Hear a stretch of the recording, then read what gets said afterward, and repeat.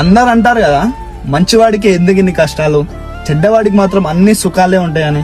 ఒక్కసారి ఈ యాంగిల్ నుండి ఆలోచించు. బంగారం నోడైనా బంగారం లాగా వేసుకుంటాడా? దాన్ని కరిగించి ఒక ఆర్నమెంట్ లాగా రెడీ చేయించుకొని వేసుకుంటాడు.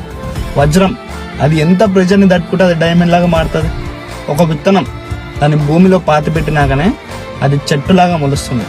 అలాగే లైఫ్లో కూడా నువ్వు స్ట్రాంగ్గా బిల్డ్ అవ్వాలంటే నువ్వు పెయిన్ని భరించాలి. ఇక్కడ పెయిన్ అంటే కేవలం నొప్పనే కాదు, బాధలు, కష్టాలు, సుఖాలు, అనుభవాలు, దుఃఖాలు, ఇంకెన్నో. కష్టాలు నిన్ను బ్రేక్ చేయడానికి మాత్రమే రావు, కష్టాలు నిన్ను ప్రిపేర్ చేయడానికి వస్తాయి. మంచివాడికే ఎందుకు ఇన్ని కష్టాలని ఏం మాత్రమే కాదు, ఎవడైతే ఎంత భారం ఇవ్వగలడో లైఫ్ వాడికి అంత రెస్పాన్సిబిలిటీని ఇస్తాయి.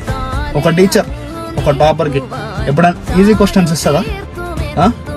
వాడికే టఫెస్ట్ క్వశ్చన్స్, హార్డెస్ట్ ఛాలెంజెస్ ఇస్తారు.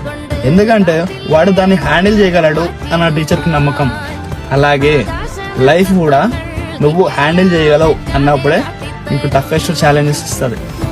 లైఫ్లో నీకు టఫెస్ట్ ఛాలెంజ్ వస్తున్నాయంటే అవి నిన్ను బ్రేక్ చేయడానికి కాదు, నిన్ను స్ట్రాంగ్గా మార్చడానికి.